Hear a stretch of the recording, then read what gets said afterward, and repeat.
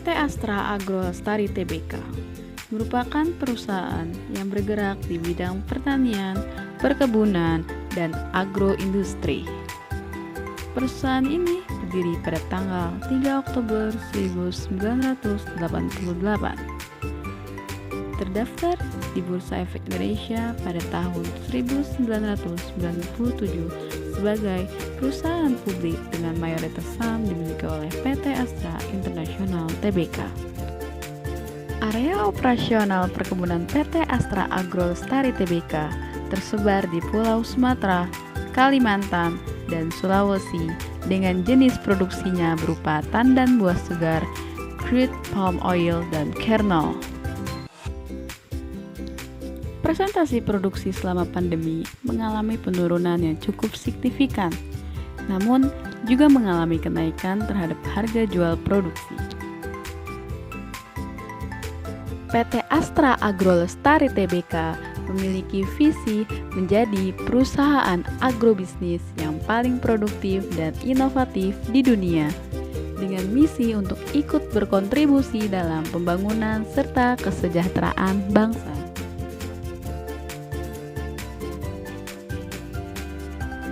Adapun budaya kerja yang diterapkan PT Astra Agro Lestari yang terdiri dari 7 budaya dan tertuang ke dalam 24 definisi. Poin 1. Jujur dan bertanggung jawab, yaitu bersikap dan bertindak sesuai dengan nilai keimanan dan ketakwaan. Memiliki komitmen yang tinggi terhadap pekerjaan. Berbicara sesuai fakta dan data.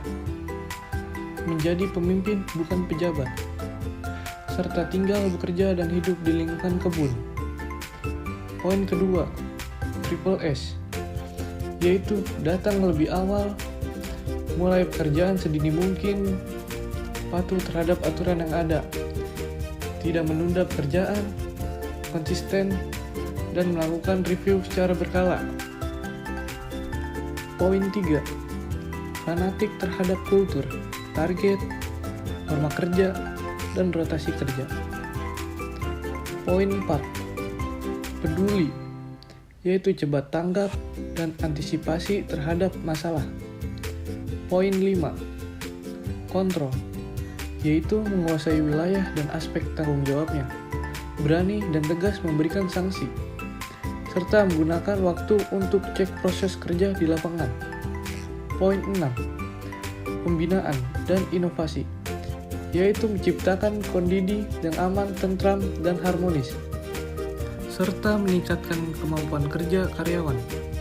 Dan terakhir, karsa, yaitu bangga sebagai orang kebun dan selalu ingin menjadi yang terbaik.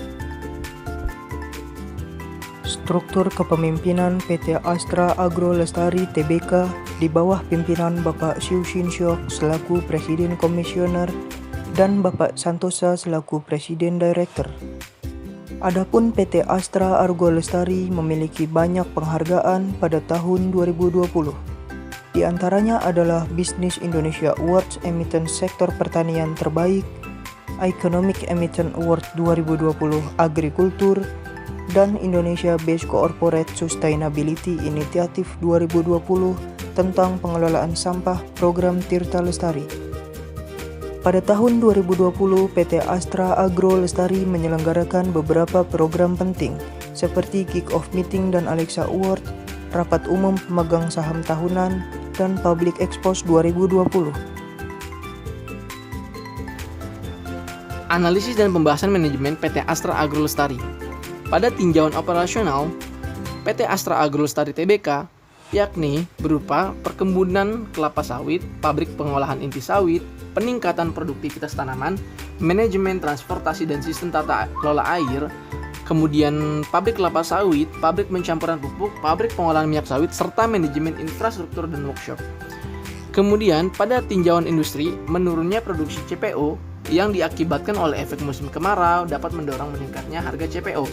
Kondisi ini mendorong perseroan untuk meningkatkan produktivitas, efektivitas, dan efisiensi yang berfokus pada pengembangan program Expro yang mengacu pada SOP atau biasa disingkat Standar Operasional Prosedur.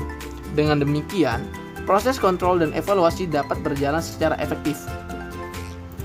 Kemudian, Pada tinjauan fungsi pendukung, yakni teknologi informasi, perseroan memanfaatkan dan mengaplikasikan teknologi digital di seluruh proses dan tahapan produksi pabrik kelapa sawit dengan tujuan meningkatkan produktivitas dan kinerja perseroan agar semakin efektif dan efisien.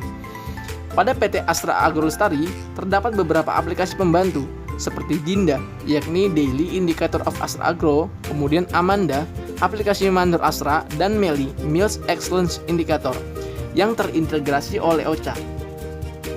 Perseroan mampu memperoleh data-data yang akurat mengenai operasional kebutuhan secara real time, sehingga analisa dan keputusan dapat diambil lebih cepat, tepat, dan akurat. Perencanaan A. Prospek dan rencana strategis 2021, yaitu perseroan akan berusaha sebaik mungkin untuk meningkatkan produktivitas dan efisiensi biaya melalui strategi-strategi yang dijalankan pada tahun 2021. Yang pertama, melanjutkan program identifikasi dan otomasi. Yang kedua, melanjutkan pengembangan benih unggul dan aplikasi terapannya. Yang ketiga, program peremajaan tanaman yang disebutkan planting. Yang keempat, melanjutkan operasi industri hilir yang sudah berjalan. Yang kelima, melanjutkan penerapan protokol kesehatan di lini perusahaan ataupun di area perusahaan. Keenam, meningkatkan volume penjualan melalui pengembangan kerjasama dengan kebun masyarakat sekitar dan pembeli CPO eksternal. Ketujuh, penerapan teknologi dalam proses bisnis untuk meningkatkan produktivitas dan efisiensi bagi perusahaan. Kedelapan, konsisten dalam program tanggung jawab sosial perusahaan. B. Target 2021. Berikut adalah target 2021. Yang pertama, total lahan sawit tertanam sebesar 287,6 ribu ha. Yang kedua adalah Sumatera 104,000 ha. Yang ketiga adalah Kalimantan 131,5 ribu ha. Yang keempat, total produksi TBS inti dan plasma yaitu 4,8 juta ton. Yang selanjutnya yield TBS inti tolak ton atau HA yang sebesar 19,76 ton HA.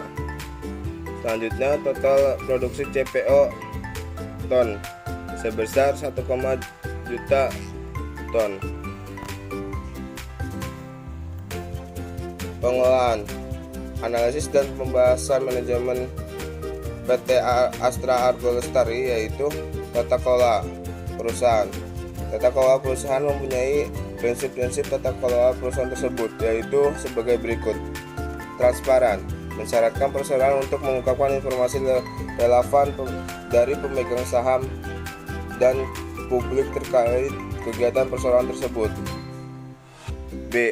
Akuntabilitas, mengharuskan semua organ perusahaan untuk melaksanakan tugas dan tanggung jawab sesuai telah ditentukan yang dijalankan sesama independen.